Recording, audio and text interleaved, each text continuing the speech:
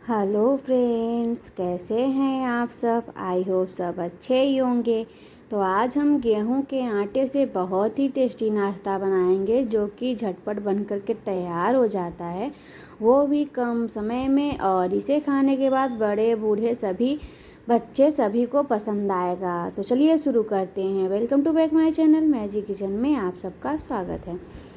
तो सबसे पहले यहाँ पे हम एक थाली ले लेंगे जिसमें आप आटा गूँथते हैं, वो थाली भगोना जो भी आप लेना चाहें वो ले सकते हैं। और यहाँ पे अब हम डालेंगे 1 कटोरी गेहूं का आटा। तो जिस कटोरी से यहाँ पे फ्रेंड्स हमने गेहूं का आटा डाला है, उसी कटोरी से हाफ कटोरी तक यहाँ पे हम बेसन डाल देंगे। और बेसन डालने के बाद यहाँ पे आप चावल का आटा भी डाल सकते हैं, पर यहाँ पे चावल का आटा हमने नहीं डाला है। तो यहाँ पे अब हम 2 बड़े साइज़ के प्याज कट करके डाल देंगे। और यहाँ पे तीखा आप अपने हिसाब से रख सकते हैं, कम ज़्यादा। तो हमने यहाँ पे एक ही मिर्ची डाली है क्योंकि ये हम बच्चों के लिए बना रहे हैं, तो बच्चे ज़्यादा स्पाइसी नहीं खा सकते, इसलिए हमने एक ही मिर्ची डाली है। और यहाँ पे अब हम बारीक कटी हुई हरी धनिया डाल देंगे और कुछ बेसिक से मसाले डालेंगे जिससे कि स्वाद और बढ़ जाए और चटपटा टेस्टी नाश्ता हमारा बन के तैयार हो।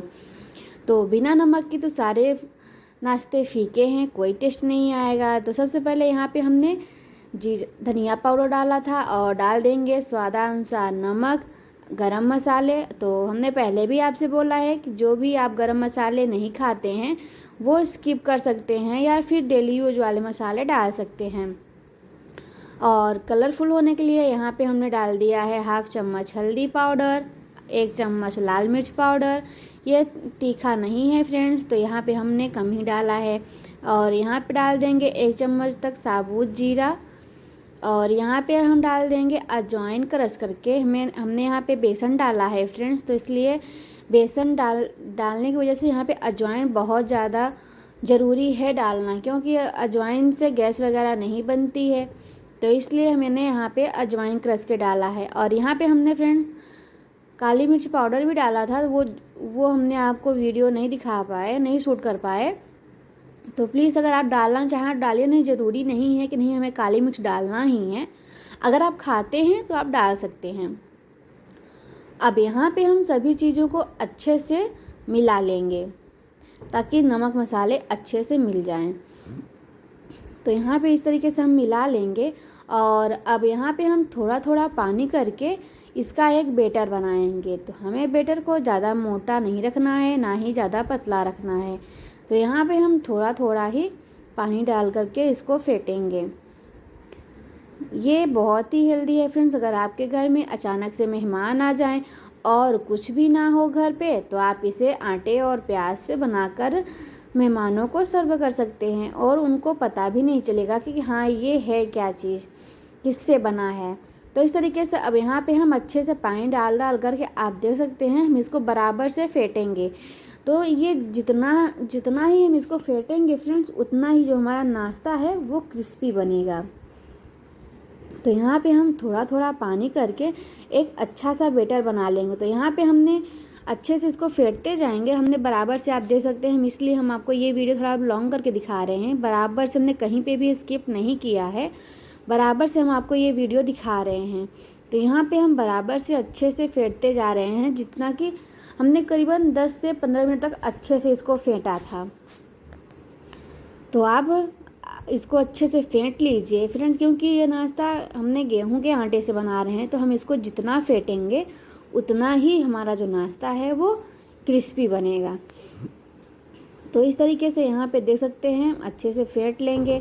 इसे आप मेहमानों को चाय के साथ सर्व कर सकते हैं, या फिर सुबह की छोटी मोटी भूख लगी हो या शाम के 4 बजे कुछ चटपटा खाने का मन हो चाय के साथ, तो आप इसे ज़रूर बना लीजिए। तो यहाँ पे देख सकते हैं हम अच्छे से फेंट लिए हैं।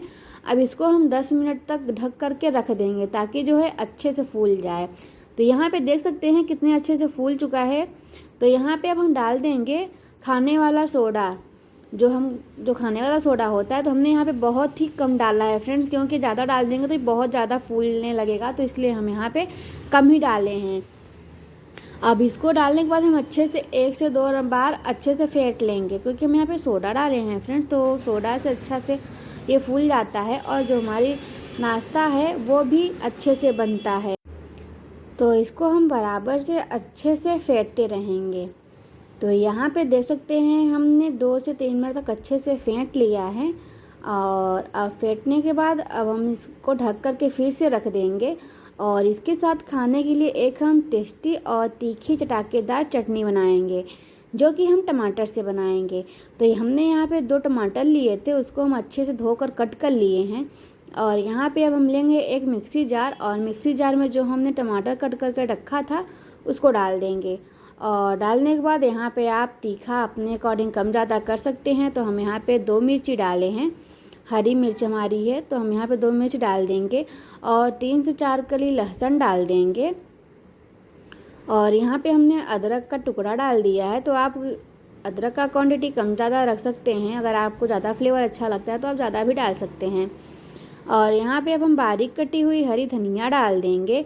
तो हरी धनिया तो इस टाइम पे थोड़ी महंगी मिल रही है, पर अगर आपके पास थोड़ा हो तो आप थोड़ा ही डालिएगा। और यहाँ पे हम 1 चम्मच साबुत जीरा डाल देंगे। अगर आपको साबुत जीरा नहीं अच्छा लगता तो आप मत डालिएगा, बस ऐसे ही पेस्ट कर लीजिएगा। और यहाँ पे अब हम स्वादानुसार नमक डाल दिए हैं।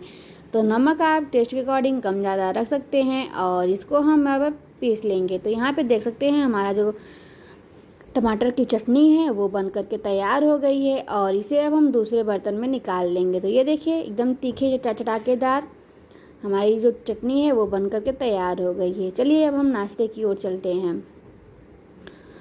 तो यहाँ पे हमारा जो बेटर है वो भी अच्छे से फूल चुका है। अब इसको हम चलिए फ्राई करते हैं।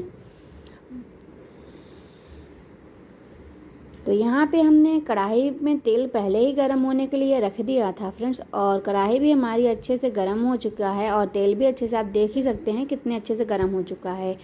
और अब यहाँ पे हम एक एक करके सभी को डाल देंगे। तो जैसे हम पकौड़े बनाते हैं इसी तरीके से हम यहाँ पे बना लेंगे, डाल देंगे। तो इस तरीके से हमें यहाँ पे ज़्यादा बड़े साइज़ का नहीं रखना है फ्रेंड्स, छोटे छोटे ही हम यहाँ पे पकौड़ों जैसे बना लेंगे। तो इस तरीके से आप भी बनाइए। तो ये बहुत ही टेस्टी है फ्रेंड, बहुत जल्दी बन कर के तैयार हो जाता है, वो भी कम समय में। और ख़ास तौर पे जब गांव में तो इस टाइम पे बारिश हो रही है, और बारिश के मौसम में तो चाय पकौड़े बनते ही हैं। सभी को बारिश होती है तो ये होता है कि हाँ चाय पकौड़े मिल जाएं तो क्या बात है। तो इसलिए हम यहाँ पे पकौड़े बना रहे हैं। तो इस तरीके से आप भी एक बार बनाइए। ज़रूरी नहीं है कि हर बार बेसन के ही पकौड़े बनाए जाएं, कभी कभी गेहूं के आटे का भी पकौड़े बनाकर खा लिया करिए। ये भी ट्राई करिए, बहुत ही टेस्टी बनते हैं गेहूं के आटे से भी।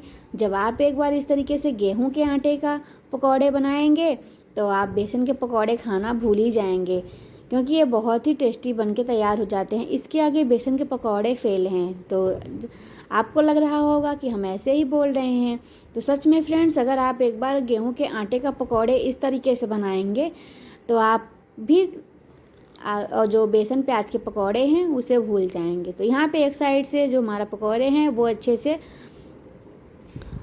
पक गए हैं, और इसे हम चम्मच से पलट देंगे ताकि दोनों तरफ से अच्छे से जो हमारा नाश्ता है वो पक जाए। तो ये देखिए अब कलर चेंज हो चुका है। अब आपको लग ही रहा है कि हमारा जो नाश्ता है वो बन करके तैयार हो गया है।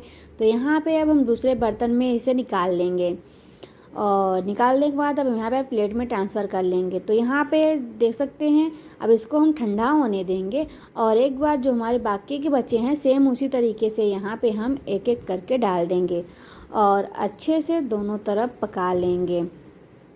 क्या आपने पहले कभी इस तरीके से गेहूं के आटे का पकौड़े बनाए हैं फ्रेंड्स? अगर बनाए हैं तो हमें कमेंट में ज़रूर बताइएगा, और कितने टेस्टी बनते हैं ये भी आप हमें बताइएगा। तो इस तरीके से यहाँ पे अब हम सभी को डाल देंगे और इसे भी अच्छे से हम पका लेंगे। तो यहाँ पे गैस की फ्लेम फ्रेंड्स मीडियम ही रखनी है, हाई फ्लेम पे नहीं पकाना है, नहीं तो ऊपर से तो पक जाएंगे पर अंदर से कच्चे रह जाएंगे। अब इसको हम पकने देंगे फ्रेंड्स। चलिए अब हम आपको जो हमने पहले बना के रखा था उसको दिखाते हैं। अब तक में तो ठंडा ही हो गया होगा। तो ये देखिए फ्रेंड्स यहाँ पे जो हमारा गेहूं के आटे का पकौड़े हैं वो बन करके तैयार हो गए हैं और बिल्कुल ठंडे भी हो गए हैं।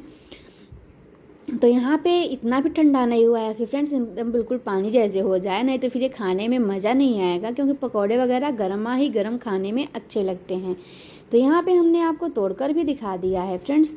तो इस तरीके से आप भी बनाइए, खाइए, इंजॉय करिए। चैनल पर नए हैं तो लाइक करिए, सब्सक्राइब करिए और अपने फैमिली फ्रेंड्स के साथ शेयर करिएगा, ताकि वो भी हमारी रेसिपी देख सकें। तो मिलते हैं नेक्स्ट वीडियो में। Thanks for watching.